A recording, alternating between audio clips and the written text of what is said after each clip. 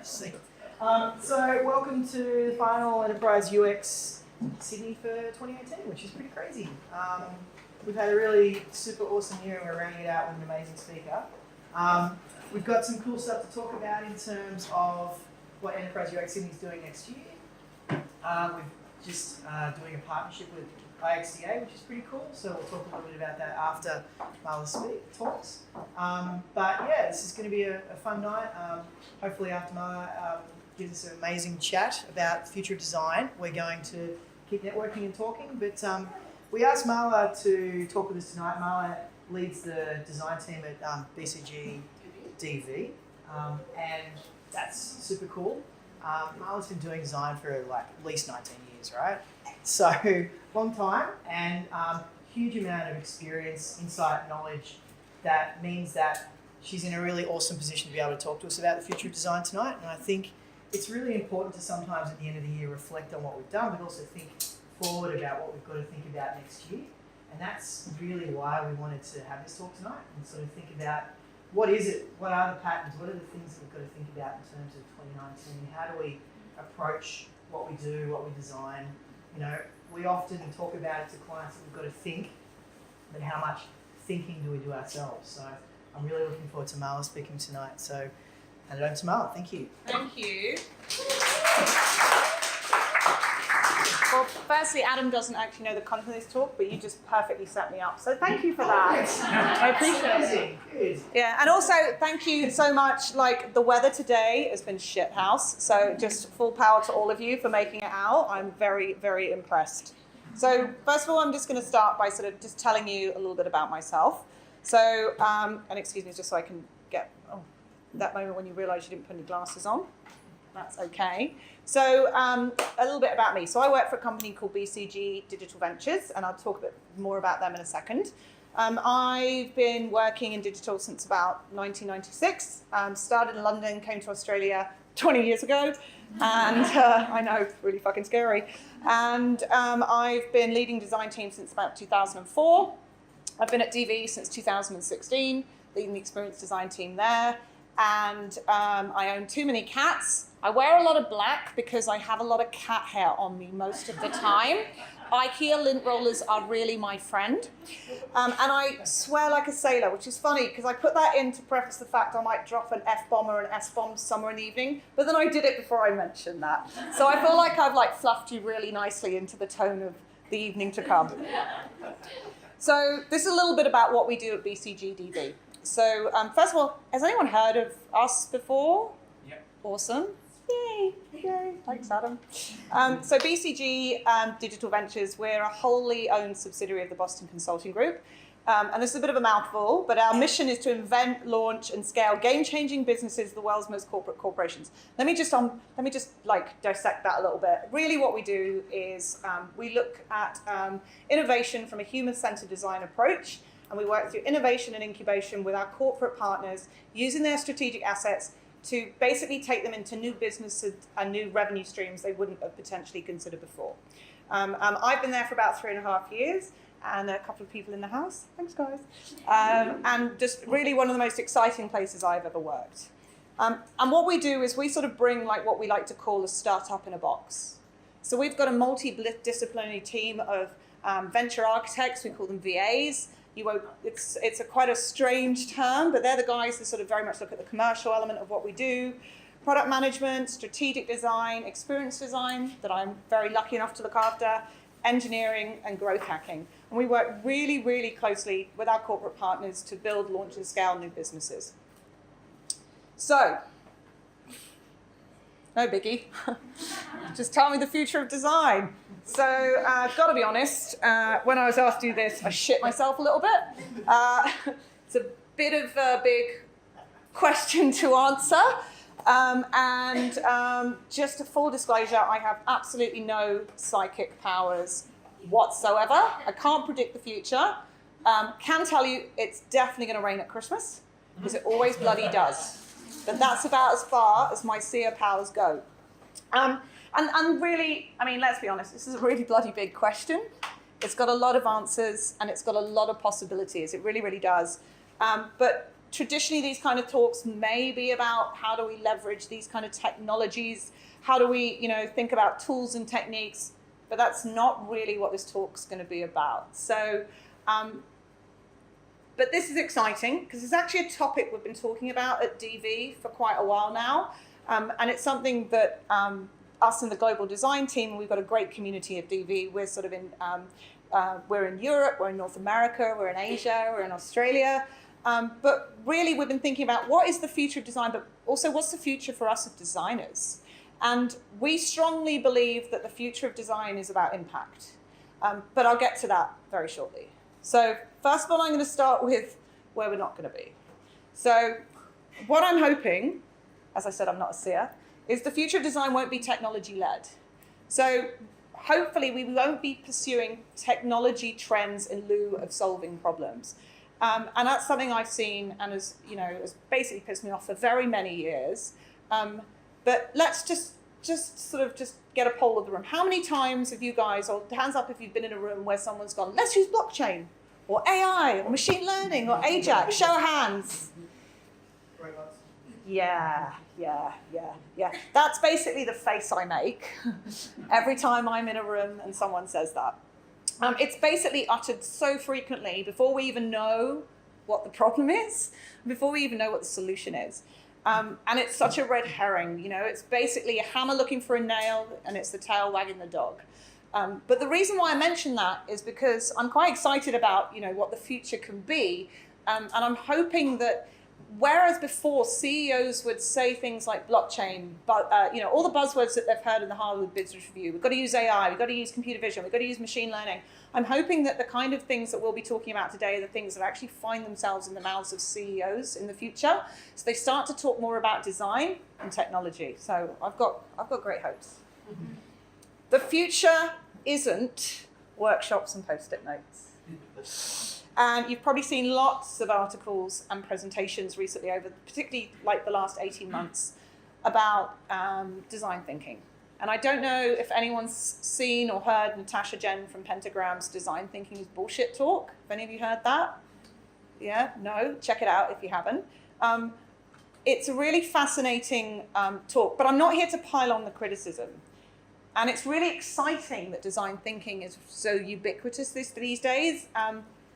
But it's been commoditized, it's been misused, it's been misrepresented quite a lot. And it was never, ever meant to be the panacea for all of your business problems and all of your user ills. It just wasn't. A workshop definitely doesn't replace good old research and design process to solve your problems. But it is a great method to teach empathy, cross-functional collaboration, iteration, rapid prototyping as well. But I think what's happened is it's become almost synonymous with innovation, and it's become almost like a Band-Aid for innovation, if you know what I mean. So, and I'm just going to state this clearly, solving complex problems is really fucking hard.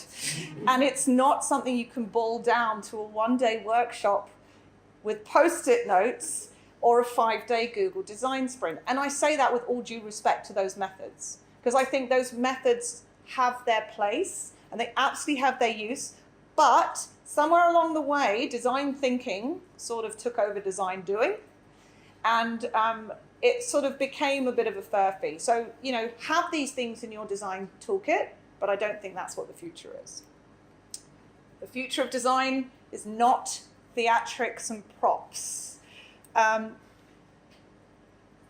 and again, I could get myself in trouble for this, but I'm not going to name any names. But I've seen lots of organizations fall into the trap of creating expansive and expensive design artifacts with no purpose. They look absolutely beautiful, but they're essentially design theater, and the elements that create around them are just props. Many, many years ago, I took on a role after I left an organization. The company's no longer running, so not going to mention their name, and if you Googled me on LinkedIn, you could probably find out who it was, but I won't say them out loud. But I went on a hiatus from being a UX designer to being a producer. And I went to an organization that essentially was, I thought, a pretty good digital shop. I really was quite excited to work for them. And I remember walking in as a producer, and being given a list of deliverables that the team had been required to produce for the client for this big web design piece we were working on. And one of them was a user journey. And now I'm very familiar with what a user journey was, but the way that this was articulated was in a completely different way to what I'd seen before. So I remember asking the UX team, so I know if I was a client, I would ask, what's the value of this artifact and how does it inform the next stage of the design? And not one person on that design team could answer my question, which, let's be honest, is pretty fucking scary. But what had happened, and this is what happens, I think, a lot of the time, is a shopping list of deliverables had been created. And instead of solving the client's problem based on a process and based on a really great methodology, what they'd done is they'd sold them a list of artifacts that each had a cost, but without actually having a purpose. And, you know, this to me is like the design theatre and the props that go with it. So hopefully we won't be there. So it's not going to be technology-led. It's not going to be post-its and workshops, but there probably will be post-its, just saying. But it's not design theatrics and props. So what's next? What's the future of design? Well, I actually think we're reaching a really exciting tipping point of design at this point. We've actually got to design maturity, and I think it's somewhere us designers. And just quick show of hands, who's a designer in the room? Okay, cool. So maybe like 50, 60%. You know, we've been aching to get here for a really, really long time. And I think it's actually finally happening. UX is now a relatively well understood term. And I say relatively because I still have to have that conversation with people about the difference between a wireframe and a visual design. And, you know, there's still a little bit demystifying to do. But I really honestly think that people now understand that good design is a differentiator. And the future of design is brighter than it's ever been before. But, this is a good but, don't worry. The role of the designer is changing. It's no longer sufficient for us to not understand business, and we need to speak the language of business. So this came from a survey they did for NEA, which was the Future of Design report, and they actually surveyed startups, and they surveyed designers in startups in this context, and 95% of respondents believe that designers need to understand business to go ahead. And I have to read this out here. And when asked what the most critical skills for designers to learn in the next 2 to 3 years, the basics were business, followed by communication and people-based soft skills. And if you go even further than that, this is how they drilled into the pieces of content that they really need to understand as designers. And really what this says to me is we need to broaden our skill set to expand into the world of product. And I'm not saying we need to be product managers, but we need to understand how to speak that language. We need to understand what that means. And we need to understand how this all feeds towards the goals and the impact of what we're creating as designers. Good design is good business. Can I just say, I showed this, I did a dry run through of the slides today, and someone said he looks like the bloke from Dynasty, and that's all I can see now when I look at that picture. Blake Carrington, it's like that's all I can see. So this is actually an IBM, the longtime CEO and IBM president. His name's Thomas J. Watson, and he did a speech in 1973 at the University of Pennsylvania about the good design is good business and the value of good design. And you know what? Guess what? 45 years later, the rest of the world caught up. And let's be honest, you know, IBM still had its challenges as well, but it was great to hear that 45 years ago somebody was thinking that. But now people like John Maeda are talking about how design is bigger than just a product or a service. It's reinventing the way that businesses work and the way that businesses operate. And the future of design is transforming how businesses innovate and go to market. And that's something really exciting. And this is just a wonderful place for us to be as designers. And when I say design as well, I use that in a very broad bucket. At DV, we have strategic design and we have an experience design team. And within that, we have user experience designers, user interface designers, visual communication designers, but ultimately we're all working towards the same goal, which is to create the best outcome for our corporate partners. And the best part too is this is the opportunity cost of not having design as the core of your business. The numbers are starting to speak for themselves. This is from the Design Management Institute. And the future of design is helping us build profitable businesses. It's no longer appropriate or viable for design to be an afterthought. How many of you guys have been brought in to do the UX after the product's been created? Yeah, that's not going to happen anymore. That's what I'm hoping. I really honestly think that we are standing at the vanguard of a massive shift, and this is really exciting. Now, Steve Jobs was saying this for years, and I really hate quoting Steve Jobs because it's such a fucking cliche, but the future, it really is, I think you'll agree, but the future of design shapes business and process. And it's no longer sufficient for us to be engaged at the end or the middle of a process. The future means that we are embedded into organizations as an integral strategic part of the business. The future of design is embedded in product strategy. So that innovation occurs not with just the delivery of features, but what that product is and what it does and how the business operates and how the service operates to support it. And this is really exciting for us. I think this was basically where I've probably spent the last 15 years of my career, executing tasks. And, the world is really starting to shift, but it's shifting in our favor. But this means, again, we still have to change. We have to adapt. We have to consistently and constantly educate and embrace non-designers who want to know what we do. The day of the special snowflake designer is over. Thanks, Adam. So the future of design has impact. And the reason I find this is so exciting is because this is the core of what we do. At DV, we invent, launch, and scale businesses, and I talked about that before, which means design touches every single aspect of what we do as an organization, and we call this impact design. And as part of the DV Global Design Leadership Team, we've been talking about this for a while because, what is the next design thinking? How do we create something that people talk about in boardrooms that's not blockchain, that's not design thinking, that actually has some meaning and some cut through? And so every single venture that we work on, every single piece that we do, and this is still something relatively new for us. This is something that we've just been thinking about, maybe the last 3 months. But it means that venture architects, engineers, product managers, we have to make decisions that ensure we have the right impact for every venture we do. So we're moving towards this slowly, and this is something that we're sort of testing in market, and we're testing with audiences like yourselves, but we're also testing it on ourselves as well. What's the impact for users? What's the impact for clients? And what's the impact for society? Design has got to be ethical these days. And to quote Alan Cooper, what is the legacy and the ancestry that we're leaving behind in the world? It's not good enough to not consider the impact of what we're doing.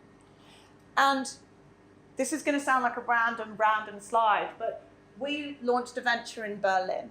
And what we did was we were asked to look at mobility options in the city, and we created an electric scooter that had a movable battery and that you could track on an app. So think of the new electric scooters they have today, but this is like a proper moped because they don't have the same laws that we do in Australia, which prevents this, sadly. But this was a ruthless exercise in decision making. So when we had this venture, the engineering director had a thing on the wall that said, "Does it move the scooter?" Which is a really simple question, but it's a bloody great question to ask. Because what that meant was, if we're not creating or conducting or doing something that moves the scooter, then there's no impact. It doesn't have any value. It doesn't progress the design forward. It doesn't progress the business forward. So, I really want you to ask yourself, in your own way, as you go forward, does it move the scooter? So, yeah, great, thanks, Marla. But what does that mean for me as designers? So your role is going to change. Embrace it, because it's going to be for the best. You're going to be more involved. You're going to be asked more questions. You're going to be involved further on, but you've got to also learn to expand your skill set. And you've got to learn how to speak the language of the business. You've got to demonstrate value in your design work. And you've got to understand the challenges and the levers driving decisions, not just for design, but for your stakeholders, your shareholders, your clients, your users. You have to demystify your role and continually educate. Design, I'm sorry guys, isn't a special skill. It's just a skill set like anything else. And the more we pretend that we're different, the bigger the barriers are. We need to keep continually pulling down those walls between business, product, and technology. And I'll be honest, it's like this actually shits me to tears. When we talk about the business, it's almost like we've already, with language, created an opposition. We all work for the business. We are the business. You know, the difference is we perform a different role within it. And consider and measure your impact. Quantify the work you do. Use frameworks to track the impact of what you do, and use that to justify and push forward the decisions you make, because that's how the business talks. And also, if you can't measure the impact, well, how can you see how you're doing? I mean, in the end, it's just my word against yours. But anyone who's not a designer in the room? Just you. I'll talk to you. Hi, Holly. Awesome. So, what does this mean for me? Bring design in earlier, you know.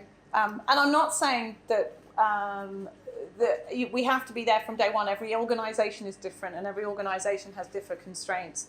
But design can help you reinvent your business. It can help you design your product and service experience all the way through. Designers think in systems, if they're good. And they understand the impact of every decision they're making and the knock-on effect.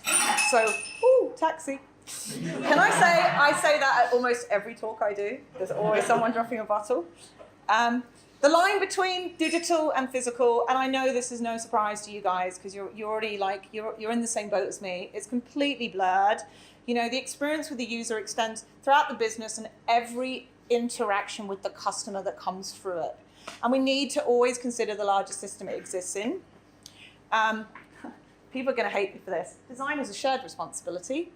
And I'm not saying everybody needs to know how to use Sketch, but we're all keepers of the user experience, and we're all users, essentially. So the more people that care and the more people that understand what we do, and I really, really feel so strongly about not using esoteric language, you know. I hate buzzwords more than anyone.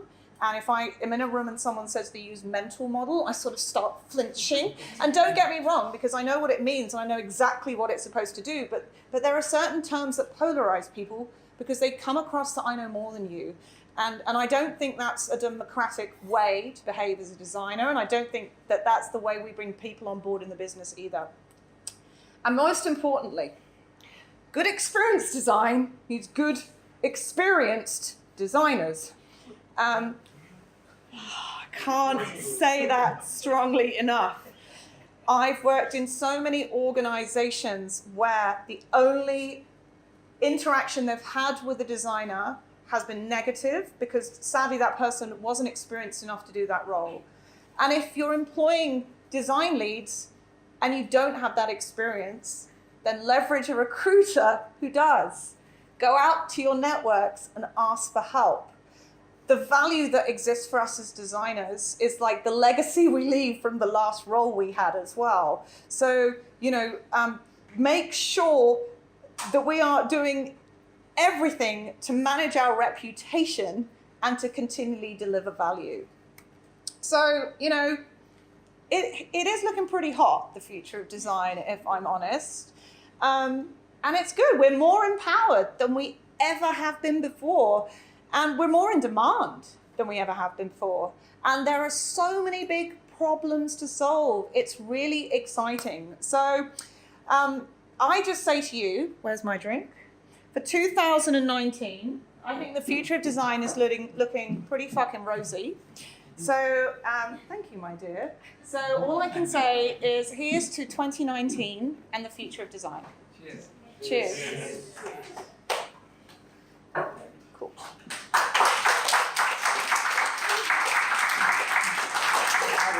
Okay. The role of designers is changing. How do you find designers responding to that? Most designers I talk to are really embracing that. So like the way we've been thinking things about DV, and as I said, it's something that we talk about, but we're still moving through the actions. It's still pretty much in like the infancy of this, is I don't think people exist within a bucket. I think people exist as individuals with different skills, and those skills are completely diverse. And so I always like to draw like a sort of 4 overlapping circle Venn diagram, because if you think about the role you have as a designer, you probably bleed into product, you probably bleed into tech, you might bleed into a commercial element as well. So I actually think this is, it's been resonating really well, and I think mostly the response has been really positive. Yeah, cool. Yeah. Yep. I don't know if it's a question, it's more of an observation, but I really love that last quote you had up there. Sorry? I really loved the last quote you had up there. I don't know if it was the last quote, but it was on the second to last slide about, that one there. Good experience design needs good experienced designers. I think that's so true and so beautiful. I recently put forward a presentation to a conference in Australia around UX research. Yeah. And its premise was about storytelling, but it was also very much around design, and it got knocked back. But it got taken up by a conference in Europe, and which is great. Awesome. It actually means I'm going to get on a larger platform.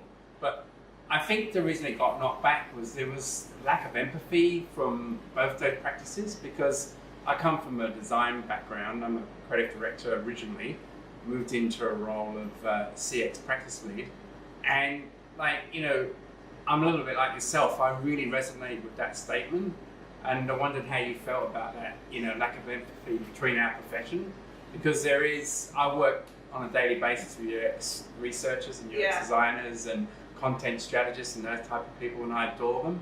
I think they're the most wonderful people, but when it comes to design, there's this little kind of thing about you guys make it look pretty. So I mean that's sort of been the challenge, and I think that's why design is sort of being elevated, I think, in my view, because customers are now voting with their wallets and their feet.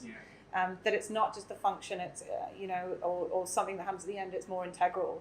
But with regards to what you're saying, this is probably more a comment on humanity than it is on design, but there's assholes everywhere. And just because you're a designer doesn't mean you're a great empathetic person. And I've worked with some amazing designers, and I'm obviously not going to call anyone out, but I've worked with some terrible designers, and I've worked with some quite arrogant, non-collaborative people. And so I think that just exists everywhere, sadly. It's sort of the nature of the beast. I don't know if you were at UX Australia this year, but Andy Budd had a really great talk. And it was, were you there? Yeah, so it was on design leadership, and it was talking about recruitment, and it had the best quote. There's people nodding in the audience, they know what I'm going to say. And it said, "It's better to have a hole in your team than an asshole." So, yeah. We're looking for a senior UI designer, by the way. And we've had that role for a year because we don't want to have, and I'm not saying anyone who's applied has been an arsehole, but we're very, very careful about the culture that we create. Not at all. But no. I'm saying that a little bit, so I feel like No, I thought I should have talked that one through, shouldn't I? Should have not drunk the red wine before I had the talk. But anyway, but my point being is we've got to be very careful about the people we bring into our organizations and how we work. And I think culture and synergy and, oh God, I use the S word, and all those kind of elements are really, really important, because it's about getting not the roles right, but the culture right and the personalities right. And I think that's something that we take very seriously. I take very seriously. At DV as well. So I sort of empathize the challenge, because before I had control of hiring, I was there too. Going off what you just said there, how would you weigh up your culture and your personality and your teamwork and such as that versus technical skill as? Well, they're both equally important. Yeah. I think so they're equally important, but I think one can be taught and one is inherited. So can you teach someone to be a nice person? Can you teach someone to collaborate? Yes, you probably can, but that's probably harder than teaching them the technical skills. So we actually would rather invest in people who are lacking on the skill side, because we can build those skills, and that skill gets developed through practice and through rigor. But if, and again, I don't want to be, and this is not of anyone in particular, but if someone's an arsehole, they're an arsehole. And and if someone is difficult to work with, that's a very much more difficult thing to change. So we look at them equally, but obviously, we will make a call based on cultural fit. approach, demeanor, those kind of things as well.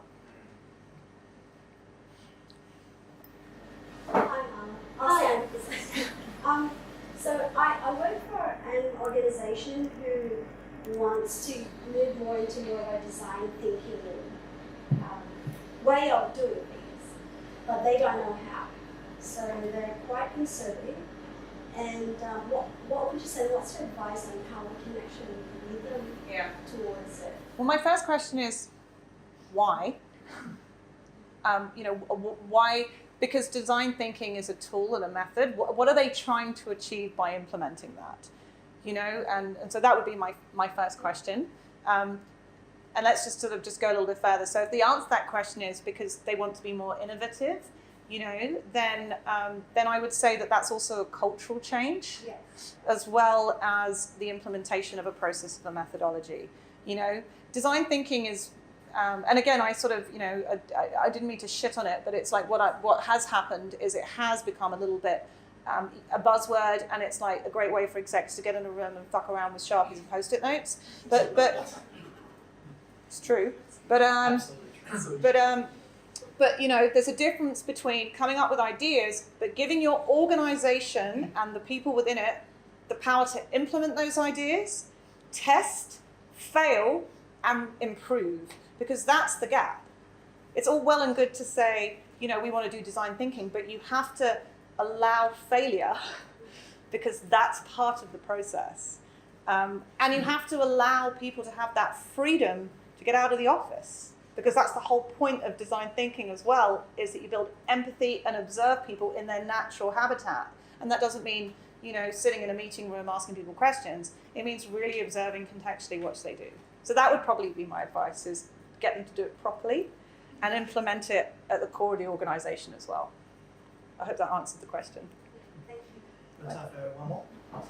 Marla, I'm just interested in terms of, from your perspective, if you're onboarding a new team member, are there processes or structures in place that you kind of induct them into? Yes. And kind of bringing their previous experience into your team as well. How do you adopt kind of an action in listening to that and taking the good bits and the bad bits and guiding them into the process of fitting in with the team? So I'm going to say this because I've got two awesome team members sitting in the audience as well who've been through this process. So first of all, it's not for us to break anyone's habits. And when we hire people, we hire them with every single piece of difference that creates them. But and that is what we love. We want diversity because diversity brings divergent thought. So I'm not here to try and break someone's spirit or break their habits. What we want to do is embrace those. What we do though, is we induct them into the culture of the organization, and how being a designer at DV is different, and it honestly is, to anywhere else. So we actually have an onboarding pack that we put together that talks about the cultural elements of what we do in the role and how the behaviors of a designer are different to anywhere you've ever worked. And do you want me to touch on what those are as well? Or I just have a kind of follow-up question. So sure. In kind of the onboarding process of inducting them into the culture and the company fit, do you find that there's a divide between the stakeholders management kind of culture and fit and the kind of other side of it, the creativity kind of culture and fit? Are you kind of like the middleman in breaking down or filtering through those two? That's really it's an interesting question, and I might just give you an example of one of the behaviours that we talk about, because I think it illustrates an answer very well. So one of the things that's quite different to the way we work at DV is we don't have this sort of client servant or master servant or client agency relationship that you might have in other organisations. So we don't ask permission for the way we design. We don't ask permission or approval for the design that we do. So what that means is that we have to have additional rigor in what we design, and every single decision that we make as designers has to be defensible. So when you talk about stakeholder management, like we all have to manage stakeholders, because as part of our world at DV, we have what we call client embeds. So we'll work in a cross-functional team of DVers, but also with people from the client side embedded with us day to day as well. So they're designing, ideating, concepting with us, coming up with names for products with us. And, we're not there to defer to them and ask permission. We're there to, in a way, educate them, take them on the journey and show them what great design decisions are. So thankfully that hasn't been the challenge for us. Maybe just a last question. Do you have any kind of strategy about the blocking when, we're in a meeting and we've all heard the idea of blockchain and robots and augmented reality and, all that sort of craziness? What's the I think it depends on the context because, it depends on when those things are used. I think that if you're in an ideation session and someone's bringing that up, then that's great because that's a stimulus of how you might come up with a solution. If you're in a situation where someone's telling you what the problem is and they're telling you how to solve it, that's a much different situation. And the way I would normally handle that, which thankfully I haven't had to do very often, is explain to them the limitations and the constraints they're putting on ideation by forcing us into a technology. Because the joy of design is you could deliver it in any way possible, and that these are just tools to enable what we do from a technology perspective. So I think it's less about more about education. Having said that, I did develop a tactic when I worked for a wealth company a few years ago where to control the conversation, I just have a parking lot. And I go, thanks very much.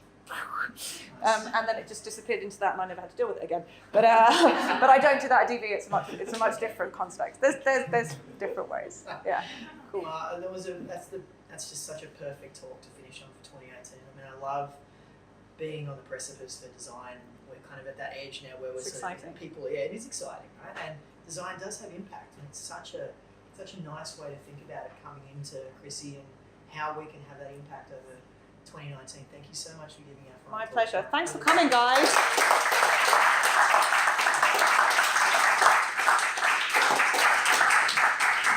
That's us for 2018. The thing that I mentioned before was that we've got a collaboration now with IXDA. So we have Dave Malouf is going to come and do a workshop in January. So we just confirmed it today. So I haven't got a slide up yet, but it'll be on the 21st of Jan. He's going to do a full day workshop. I'm going to send out the link to everybody as part of the Enterprise UX Sydney group, so you'll be able to see what that's all about. But it's super exciting. He's got a little bit of time in Sydney, so while he's here. So he's written a bunch of books for Rosenfeld Media, and I think it'll be a really awesome workshop to go to on that day. So we'll definitely share that with you. What a big year! It's crazy. Holly, do you want to say anything in terms of how we've gone this year? Putting you on the spot, I know you love that. So,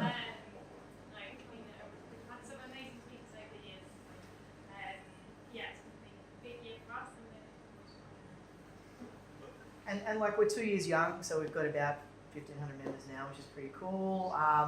And it's nice to be able to fix really shitty experiences in the enterprise space. So there's a lot of shit experiences, and I feel like that will continue over 2019. So that's a baseline there. And if you know me, you know I don't swear, but when it comes to enterprise software, there's really nothing else I can say. So thank you so much for coming tonight. Thanks for braving the zombies and the rain, and we hope to see you in 2019. Merry Christmas, guys.